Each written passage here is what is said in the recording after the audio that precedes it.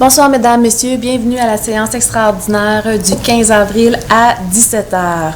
Donc, je tiens à saluer la présence du directeur des incendies, M. Bruno Isabelle, et M. Pierre Fontaine, chef de service de la division des incendies. Donc, commençons avec le point 1, l'ouverture de la séance est faite. Le point 2, constatation de la régularité de l'avis de convocation. Est-ce que vous avez tous reçu votre avis de convocation, mesdames, messieurs? Oui. Donc, question 4, période de questions portant uniquement sur les sujets prévus au présent ordre du jour. Le point 3, Mme la mairesse. Oui, le point 3, adoption de l'ordre du jour. Oui, je fais la proposition de l'adoption de l'ordre du jour, Mme la mairesse. Et j'appuie ma collègue.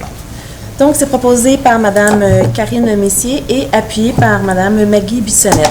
Le point 4, période de questions portant uniquement sur les sujets prévus au présent ordre du jour. Madame la greffière, est-ce qu'il y a quelqu'un qui s'est inscrit? Merci.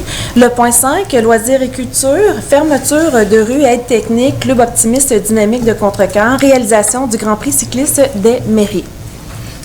Oui, Mme la mairesse, je fais la proposition que la Ville de Contrecœur collabore physiquement et techniquement à la réalisation du Grand Prix cycliste des mairies qui aura lieu le 12 mai 2024 par l'entremise de ses services, que le conseil municipal autorise l'utilisation de la fermeture de façon ponctuelle le 12 mai 2024 de 6h à 19h selon les horaires des courses, les rues publiques suivantes, le rang du Brûlé entre la Montée-la-Pierre et la Pomme d'Or et la Montée-la-Pierre entre le rang du Brûlé et la limite de la municipalité de Saint-Antoine-sur-Richelieu.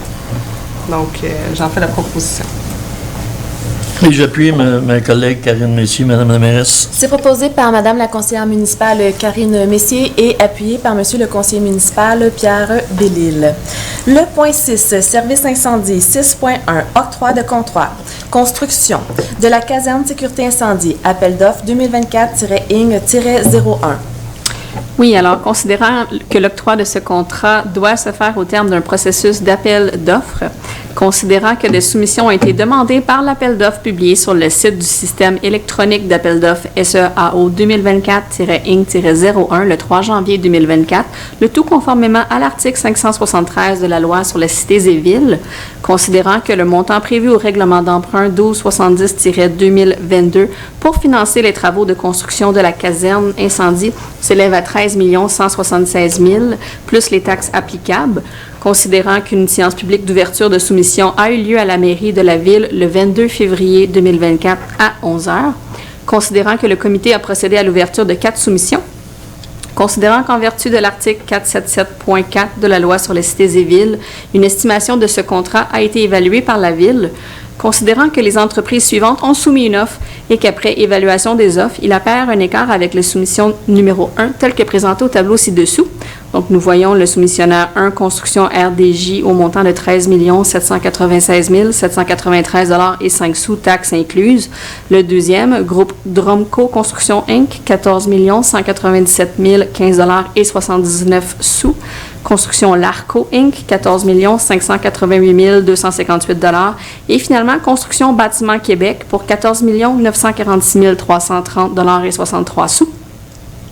Considérant la soumission a été analysée par l'administration municipale et une recommandation a été émise par le directeur du service incendie. Je propose en fait que le contrat de la construction de la caserne soit accordé au plus bas soumissionnaire conforme, soit construction RDJ pour un montant total de 13 796 793 et 5 sous, toutes taxes comprises.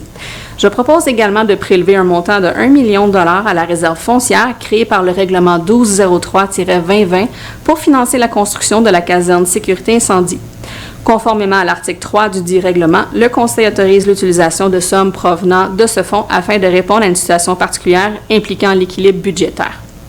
Donc, je propose de prélever un montant de 1 082 361 dans les surplus accumulés et le coût final du contrat pourra varier selon les ajustements annuels de prix. J'en fais la proposition. J'appuie ma collègue Maggie Bissonnette, Madame la mairesse. C'est proposé par Madame la conseillère municipale Maggie Bissonnette et appuyé par Monsieur le conseiller municipal Pierre Bellil. Nous sommes déjà rendus au point 7, levée de la séance. Oui, Madame la mairesse, je fais la proposition de la levée de l'Assemblée. Et j'appuie ma collègue Madame Messier. C'est proposé par Madame Karine Messier et appuyé par Madame Maggie Bissonnette.